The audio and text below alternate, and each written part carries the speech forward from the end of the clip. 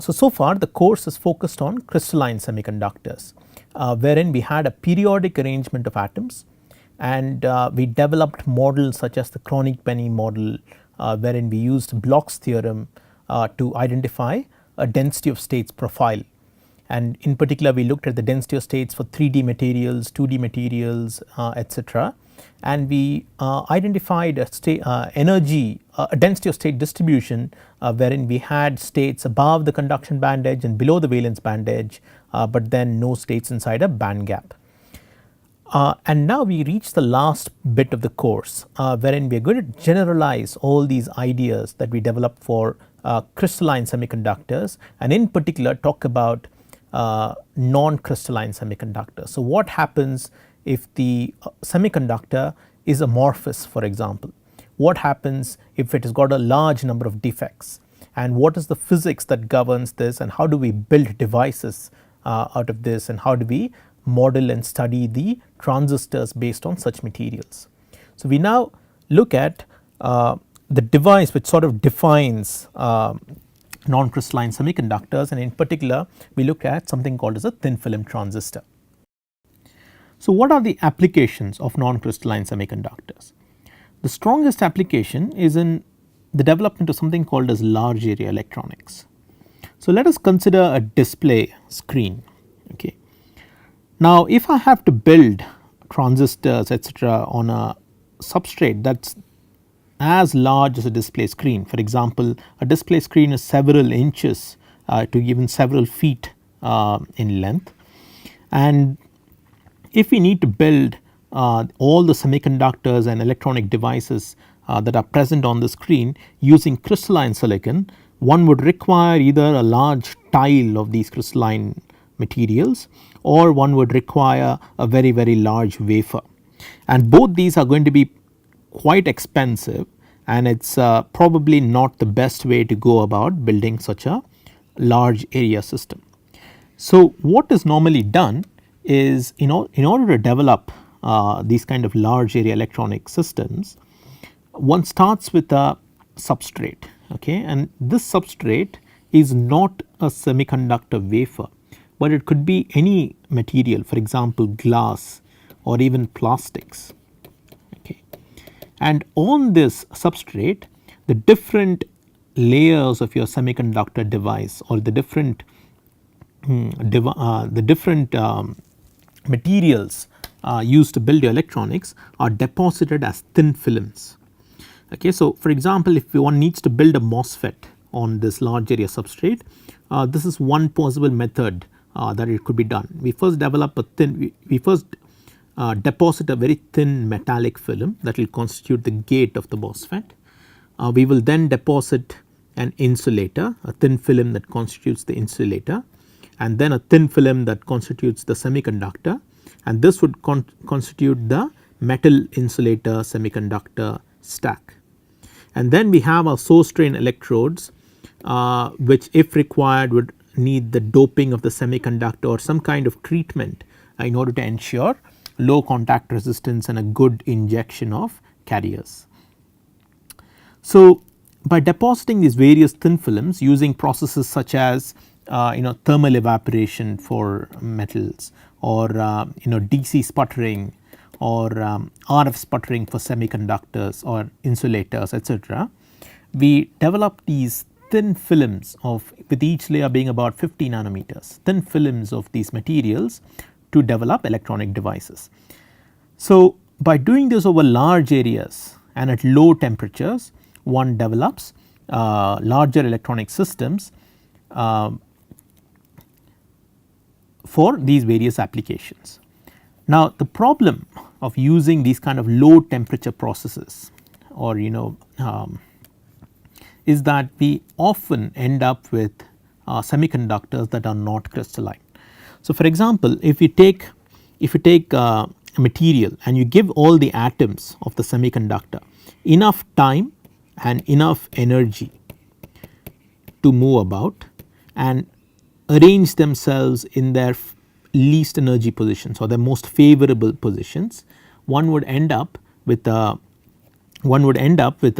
semiconductor lattice that is almost perfectly crystalline. So, for example, if you look at your silicon wafers, the silicon atoms are allowed to arrange themselves into a periodic lattice, and they are grown from a melt, and they are given, and the growth is done very slowly. So, you are given the atoms enough time and enough energy. But on the other hand, if you do not give enough time or do not give enough energy to the atoms, for example, if you take the melt and you suddenly quench it, you will end up with a material that is quite disordered. The atoms did not have enough time and energy to end up in their least energy positions, and they instead formed a network of randomly arranged atoms, and these atoms could have different bond lengths, they could have different bond angles, etc., and they form a solid, but it is not a crystalline solid. So, you end up with materials that are amorphous in nature. So, generally, okay, and not, I mean, there are examples to counter this. Generally speaking, the nature of the semiconductor that is used in the development of these kind of MOSFETs is amorphous. Okay, so, you end up with an amorphous semiconductor or a non-crystalline semiconductor that forms becomes a part of these devices. And since these devices are based on thin films, these are also called as thin film transistors.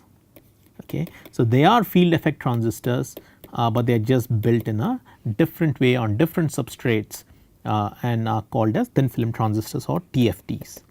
So, you might have heard of TFT display, and that is what this refers to. Now, the general architecture of a display is like this, okay, as shown here. You have gate drivers and you have data drivers, but you have the display has got many tiny pixels, okay, and the size of these pixels determine the resolution of this display. And inside this pixel, inside each pixel, you basically have a switch, a capacitor, and a say a light modulating material. Okay. Now, the light modulating material could be an LED, it could be an LCD, wherein the LCD crystal is oriented in accordance to the brightness that we need, etc. But the switch is most often a thin film transistor.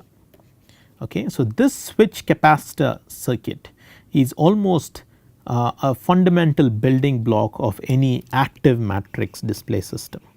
Okay.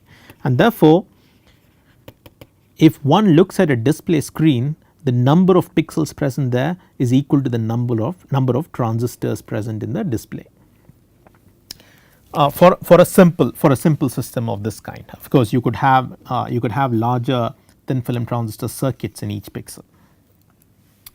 And in general, this larger electronics has led to a lot of interesting development in the area of displays, in the area of energy storage systems, in the area of wearable electronics, and since all these transistors can be grown on flexible material, mechanically flexible materials such as plastics, you could also have electronics that you can bend and flex.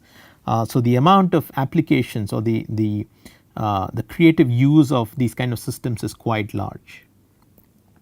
The application space is quite large. So, now that we have seen how a thin film transistor is grown, what is the problem, what are the materials used, what are the problems, and what are the advantages. The advantages clearly are that all the deposition, etc., can be done at relatively low temperatures as compared to crystalline silicon. On the other hand, this comes with a lot of problems. Okay. Now, before we understand the problems, let us look at the typical materials that one could use. For in terms of inorganic, some of the common semiconductor materials that are used are amorphous silicon, and hydrogen is added to amorphous silicon to passivate some of the disorder, particularly dangling bonds. You could also have polysilicon, which is a much better in terms of performance, but still less compared to crystalline silicon. And you also have amorphous metal oxides. Okay. So, for example, zinc oxide or gallium indium zinc oxide, etc.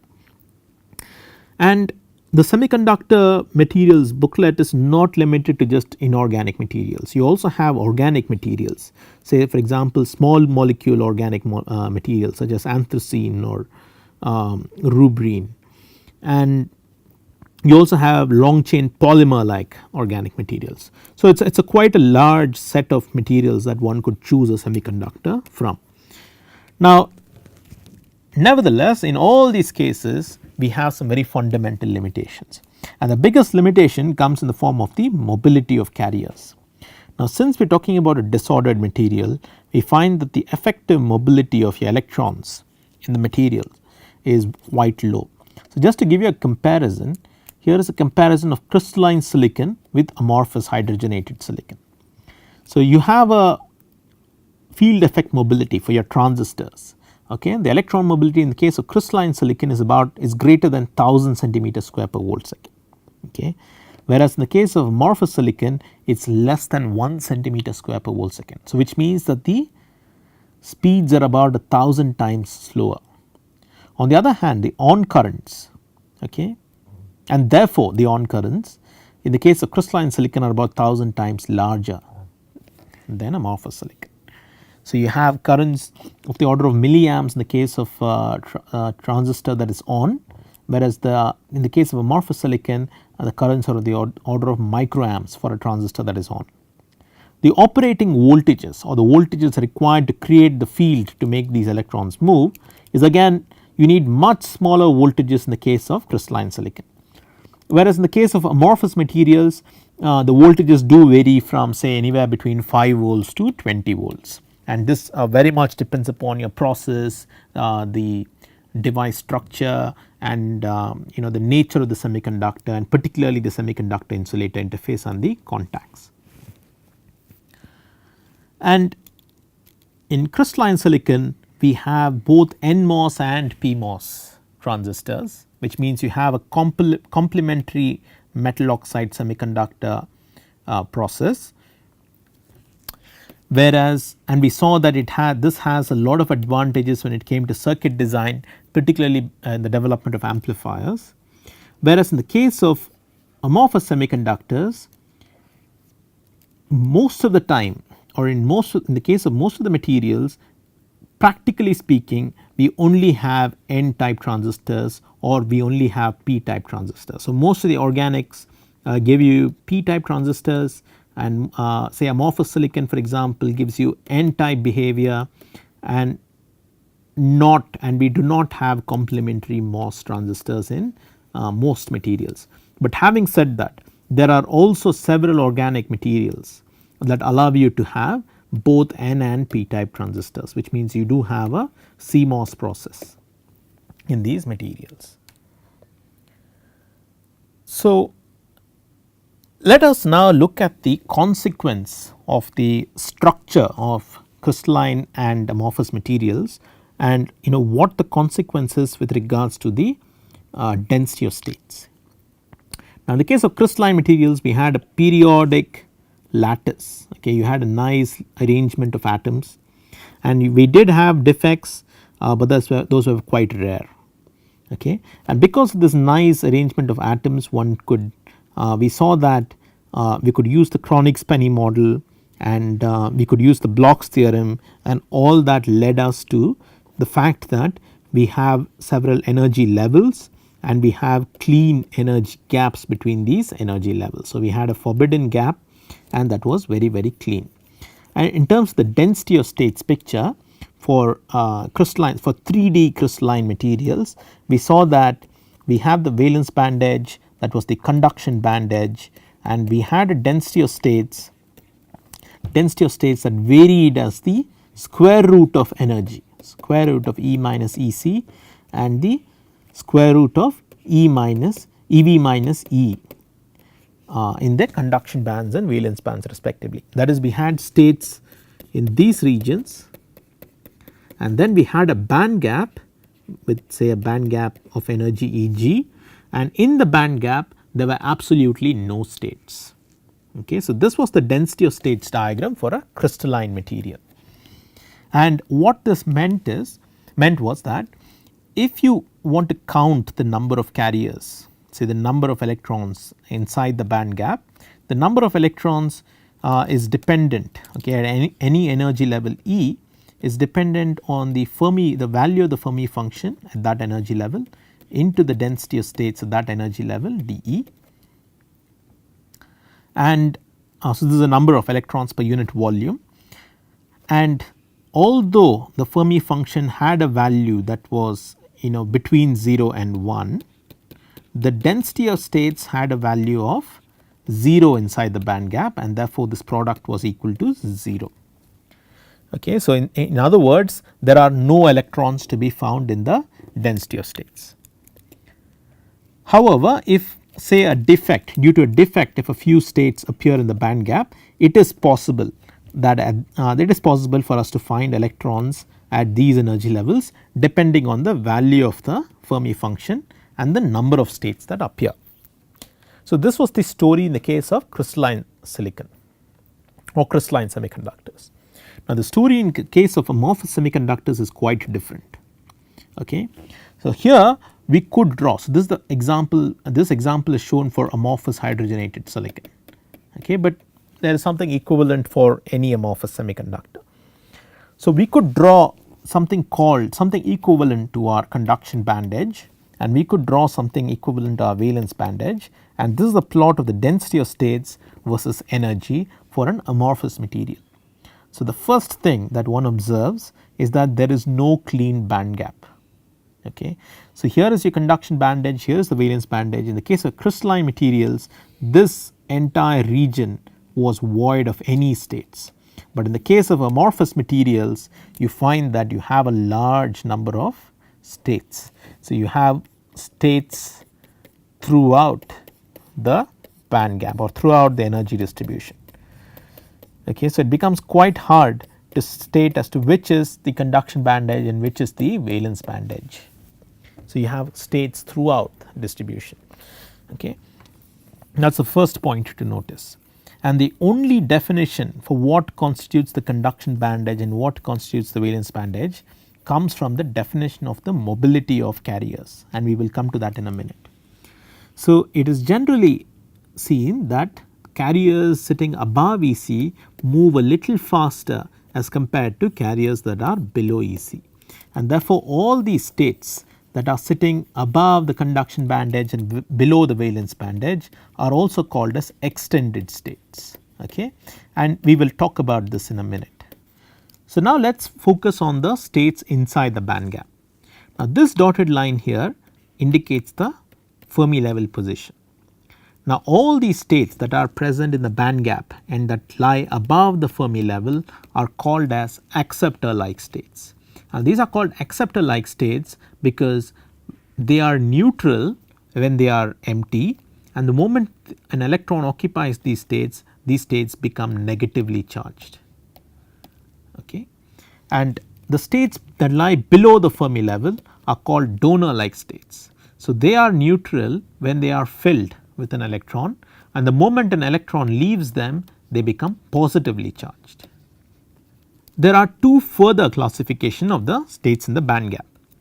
The states that are located near the band edges, okay, so that is these regions here and these regions here, are called as tail states or band tail states, okay, and the states that are located in the middle of the band gap, that is closer to mid gap, are something called as deep defect states or deep states.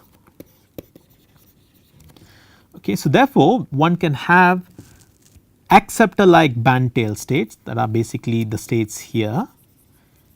One can have acceptor like deep states which are basically the states here close to the mid gap, but above the Fermi level. One could have donor like deep states which are the states located here, and one could have donor like tail states which are essentially the states located here. So, these are the definitions of the these are the definitions associated with the density of states diagram for amorphous semiconductors.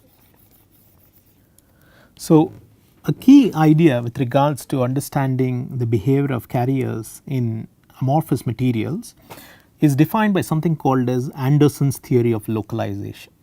So, in the case of crystalline materials, we found that the crystalline material had a very periodic potential well, which we used in our model, which was called as the chronic penny model, and we used along with the Bloch's theorem. We found that the electrons the electron wave function could propagate through the lattice. Okay. Although there were very clean gaps which the electron could not possess, the electron wave function extended through the lattice, and we had and it permitted electron conduction through the solid. But in the case of amorphous materials, we find that the potential well has got varying levels of disorderness. Okay. So, you have the floor of the potential well that is quite disordered, and in some sense the material is not periodic, or the potential well is not periodic.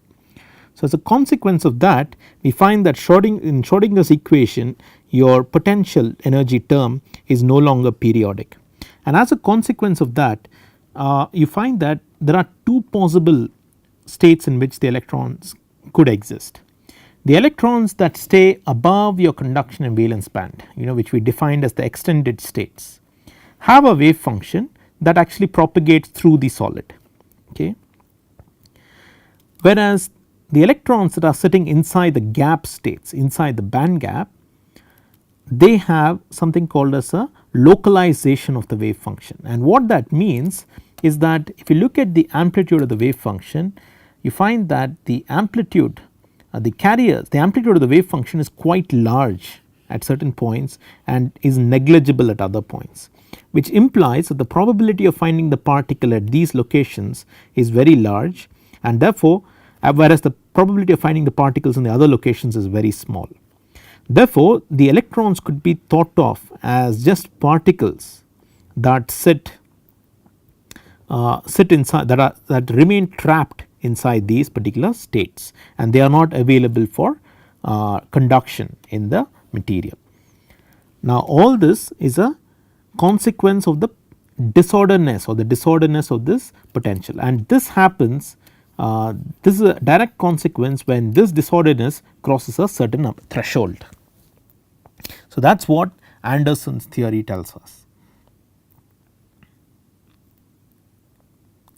So, to summarize the different conduction mechanisms in an amorphous material, all the electrons or all the carriers that sit above the conduction bandage are said to be sitting in the extended states, and these electrons are available for conduction, and you can define a certain mobility for these carriers, and you can define their transport in a manner that is similar to what was defined in the case of crystalline materials.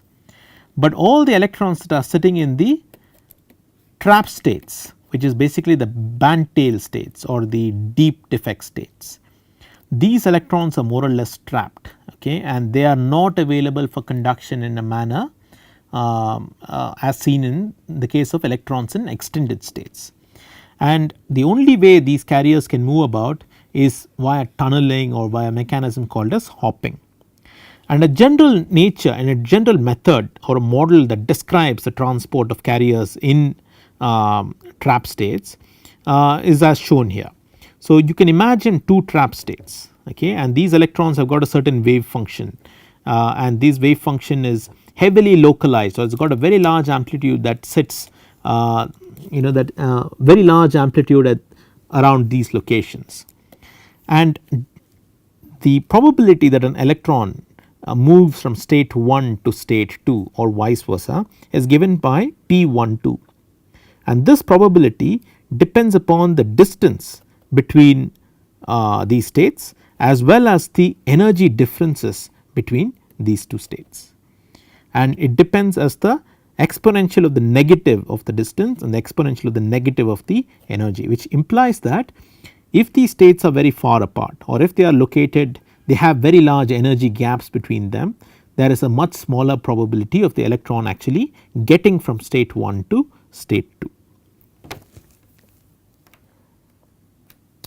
Now, with regards to the electron movement in the extended states, the movement can be thought of as shown in this picture here. Okay, so, you have, so let us say that is the conduction band edge, and all these states are the extended states. And below the conduction band edge and very close to it, there are the trap states that would try to trap the electrons and hold it and localize them. So, the movement of the electron in the extended states is described as something called as a multiple trap and release model. And what happens here is that the electrons move quite quickly in the extended states, and they have some mobility called as mobility of mu naught. Okay. Now, once in a while the electrons get trapped in these trap states, and they spend some time in these trap states. But if the electrons are trapped in trap states that are quite close to the extended state edge, which is close to EC, a small amount of energy is can release these electrons. Okay. So, let us say a small amount of thermal energy allows these electrons to get free from this trap state and get back into the extended state.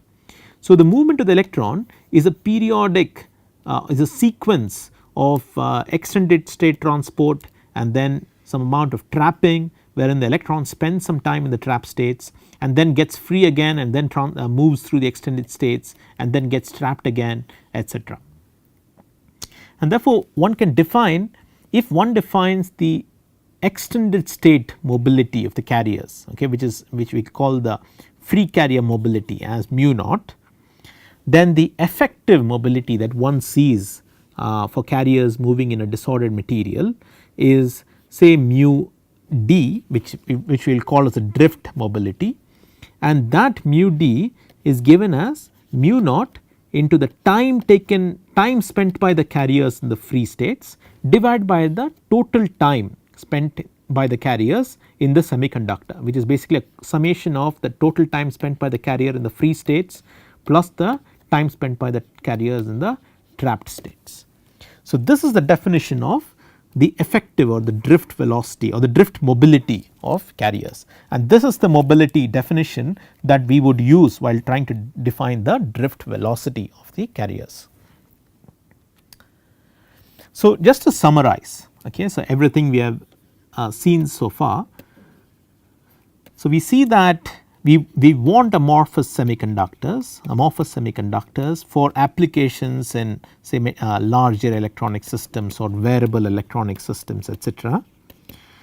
And the consequence of amorphous semiconductors, the consequence of the disorderness of the lattice is that you have, firstly you have states in the band gap. Okay. So, the band gap is not clean, you have states in the band gap, and therefore, you have carriers trapped in the band gap.